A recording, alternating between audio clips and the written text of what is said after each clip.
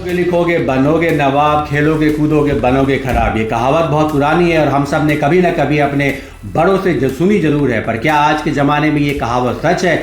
आप में से मैक्सिमम लोग शायद इसको नहीं कहेंगे, पर अगर आप एक स्टूडेंट हैं और हम आपसे पूछे कि आप लाइफ में आगे क्या बनना चाहते हैं, तो 90% लोग doctor, engineer, lawyer, teacher, MBA या गवर्नमेंट जॉब को अपना करियर ऑप्शन बनाना चाहेंगे। आप में से शायद ही कोई ये कहे कि वो एथलीट, म्यूजिशियन, डांसर या स्टैंड अप कॉमेडियन बनना चाहता है। बचपन से ही हमारे दिमाग में ये बातें फिट कर दी जाती है कि हमें किसी न किसी तरह एक सिक्योर जॉब लेनी है, जिसकी वजह से स्टूडेंट्स कुछ क्रिएटिव करने का सोचते भी नहीं है। दरअसल इस प्रॉब्लम का रूट कॉज हमारा करंट एजुकेशन सिस्टम है और आज की इस वीडियो में हम इसी पर बातें करेंगे। नमस्कार दोस्तों, मेरा नाम है आशीष। तो चलिए हम बात करते हैं सबसे पहले एंशिएंट इंडियन एजुकेशन सिस्टम। देखिए, पुराने ज़माने में एजुकेशन के लिए गुरुकुल सिस्टम होता था, जहां स्टूडेंट्स अपने घर से दूर गुरु के पास रहकर नॉलेज गेन किया करते थे।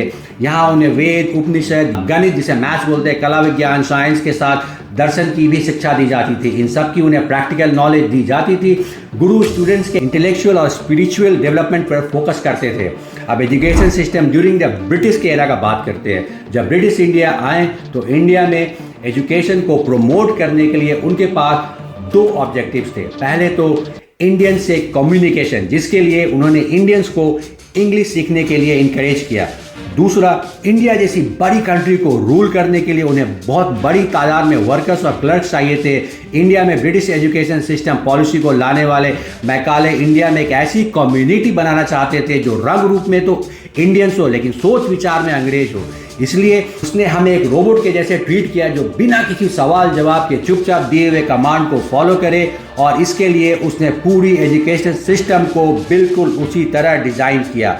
और अब हम बात करेंगे अपने करंट एजुकेशन सिस्टम के। आज के टाइम में इंडिया में टीचर्स सेंटर्ड लर्निंग के थ्रू स्टूडेंट्स को एजुकेशन दी जा रही है, जहां टीचर कमांड देता है और स्टूडेंट को एक रोबोट की तरह उसे फॉलो करना पड़ता है। इसमें थोड़ी भी गलती होने पर उन्हें पनिश किया जाता है। स्टूडेंट्स को एक ऐसी रेस में दौड़ाया जाता है जिसके लिए वो फिट भी नहीं होते। उनकी इंडिविजुअलिटी को पूरी तरह से खत्म कर दिया जाता है। विजुअल, काइनेस्थेटिक, अथॉरिटी जैसी 8 डिफरेंट लर्निंग्स होने के बावजूद हमारा एजुकेशन सिस्टम सिर्फ एक तरह के लर्नर को इनकरेज करता है जो रट्टा मारकर एग्जाम में अच्छे मार्क्स ले आए।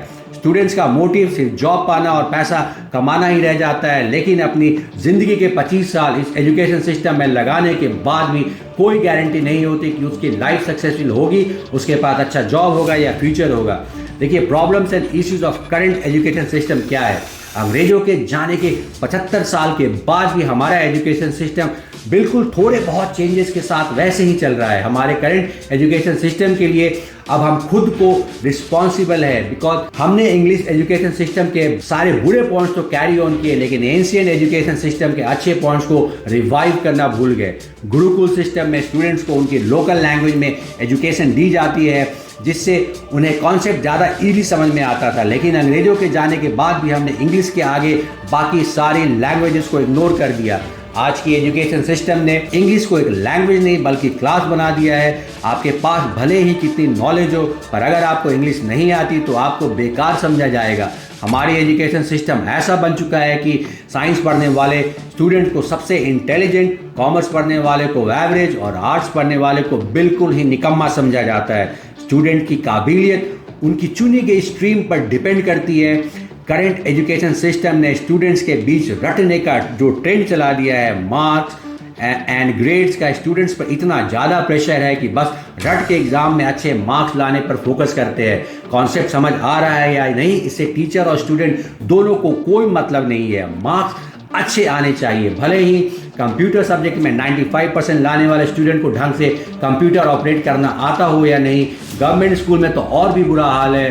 गवर्नमेंट स्कूल में 12 साल इंग्लिश पढ़ने के बाद भी स्टूडेंट इंग्लिश बोलना तो छोड़िए, ठीक से इंग्लिश समझ में नहीं पाते हैं। करंट एजुकेशन सिस्टम की क्वालिटी कितनी गिर गई है, आप इस बात से समझ सकते हैं कि AESR की रिपोर्ट के अकॉर्डिंग 83% एजुकेटेड इंडियंस एम्प्लॉयमेंट के लायक है ही नहीं। स्विट्जरलैंड की टोटल पॉपुलेशन के बराबर इंडिया इंजीनियर्स प्रोड्यूस करता है, लेकिन इंडिया ही वो कंट्री है जहां सबसे ज़्यादा इंजीनियर्स बेरोजगार घूम रहे हैं।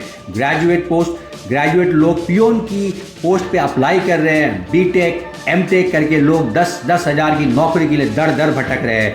इंडिया के हर 3 में से 1 स्टूडेंट पढ़ाई का प्रेशर इतना ज़्यादा है कि उससे उसकी मेंटल हेल्थ अफेक्ट हो रही है। हर साल ना जाने कितने स्टूडेंट इस प्रेशर के चलते अनफॉर्चुनेटली सुसाइड कर लेते हैं। टीचर्स को अच्छे ग्रेड और अच्छी जॉब की रेस में स्टूडेंट्स को दौड़ने के बजाय उनकी प्रैक्टिकल लर्निंग और टैलेंट को एक्सप्लोर करने में मदद करनी चाहिए और उनके ओवरऑल डेवलपमेंट पर ध्यान देना चाहिए। धीरूभाई अंबानी, लता मंगेशकर, सचिन तेंदुलकर जैसे लोग हमारे इस करंट एजुकेशन सिस्टम के ट्रैप में नहीं फंसे। इन्होंने खुद अपने टैलेंट को पहचाना और उस डायरेक्शन में आगे बढ़े। स्कूल्स में करियर काउंसलिंग ना होने से स्टूडेंट्स में मोटिवेशन की कमी रह जाती है।